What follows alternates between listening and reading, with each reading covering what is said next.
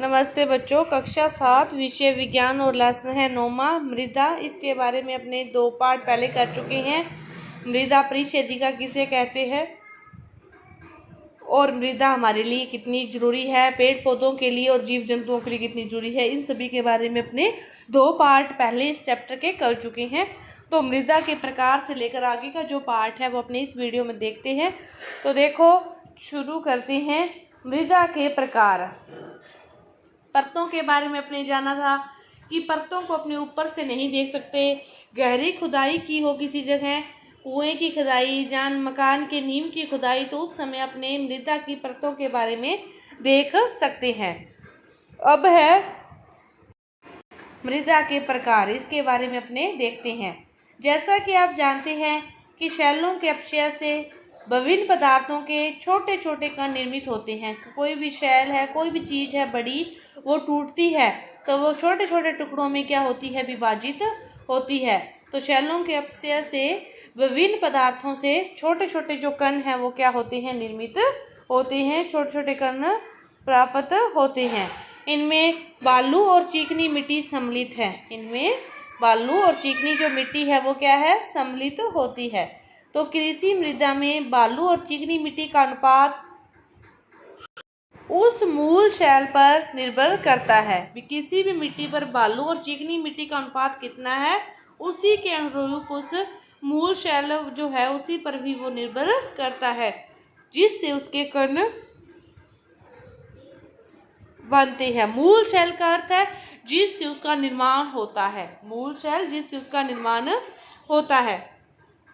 शैल कणों और ह्यूमस का मिश्रण है, मृदा कहलाता है। शैल कण है और ह्यूमस है, उन दोनों का मिश्रण क्या कहलाता है, मृदा कहलाता है। दोनों का ही मिश्रण होता है। किन किन का, शैल कणों और ह्यूमस। शैल कण होते हैं और ह्यूमस होते हैं, दोनों का मिश्रण बनता है और यही मिश्रण क्या कहलाता है, मृदा कहलाता है।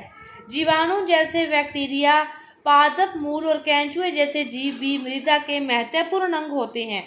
जीवाणु हुए, बैक्टीरिया हुए, पादप, मूल और केंचुए जैसे जो जीव हैं, ये सारे भी क्या हैं, मृदा के महत्वपूर्ण अंग हैं।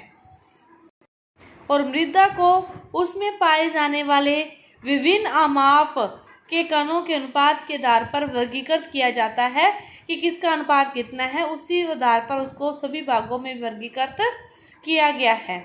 यदि मृदा में बड़े कणों का अनुपात अधिक हो तो वह बलुई मृदा कहलाती है, और यदि बारीक कणों का अनुपात अपेक्षाकृत अधिक होता है तो यह मृण्मय मृदा कहलाती है। भी बड़े कण ज़्यादा हैं तो उस मिट्टी को क्या नाम दे देते हैं, बलुई मिट्टी। बड़े कण जैसे बलुई, बै का, इसका भी बै है और बड़े का भी बै है, तो बै से बड़े और बै से बलुई। की मृदा में बड़े कणों का अनुपात अधिक है तो वह बलुई मृदा कहलाती है, और यदि बारीक कणों का अनुपात अधिक हो तो वह मृण्मय मृदा कहलाती है। मृण्मय मृदा जब बारीक कणों का अनुपात क्या हो, अधिक हो। बड़ों का अधिक हो तो बलुई, और छोटों का अधिक और बारीक कणों का अधिक हो तो वह मृण्मय मृदा कहलाती है। और यदि दोनों का ही समान हो, बड़े व छोटे दोनों का ही समान हो, तो वह मृदा क्या कहलाती है, धूमटी मृदा कहलाती है। तो वह क्या कहलाती है, धूमटी मृदा कहलाती है।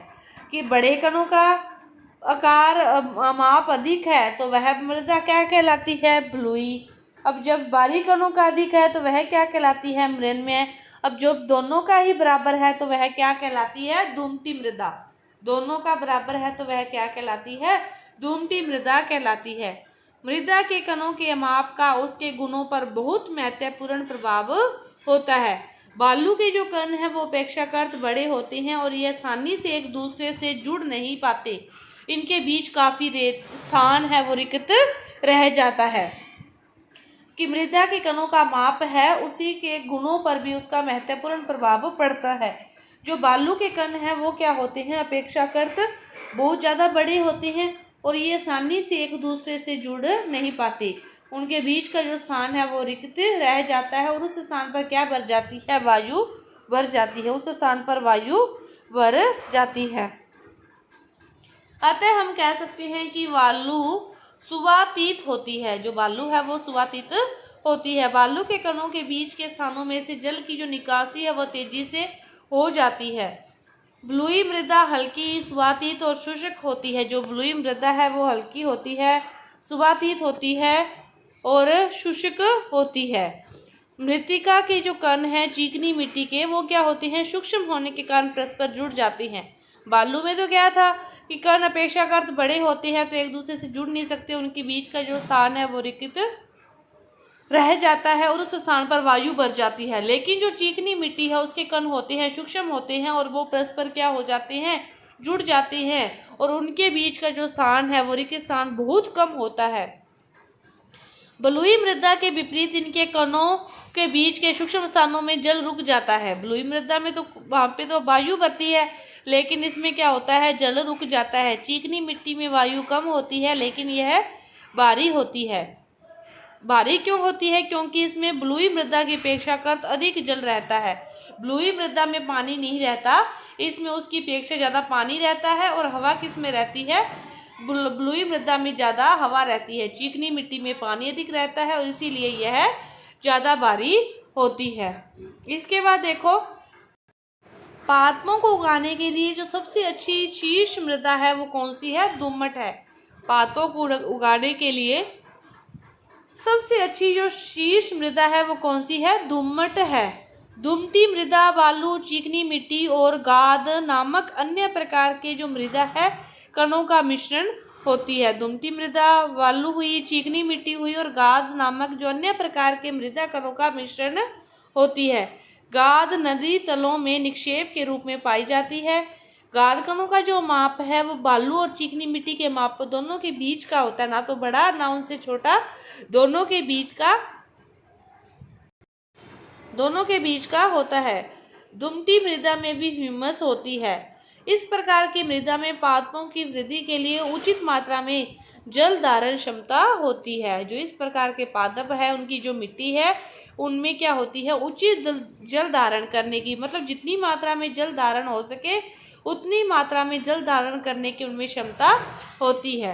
क्रियाकलाप देखो 9.3 क्या दे रखा है कि जो मृण्मय है, दुमटी है और बलुई मृदा के जो नमूने हैं उनको आप एकत्रित करके और किसी एक नमूने में से आप एक मुट्ठी जो मिट्टी को ले लो, इसमें कंकड़, पत्थर, घास के तिनके आदि को निकाल कर अब इसमें क्या करो, बूंद बूंद करके जल डालो और इसे गूंदो।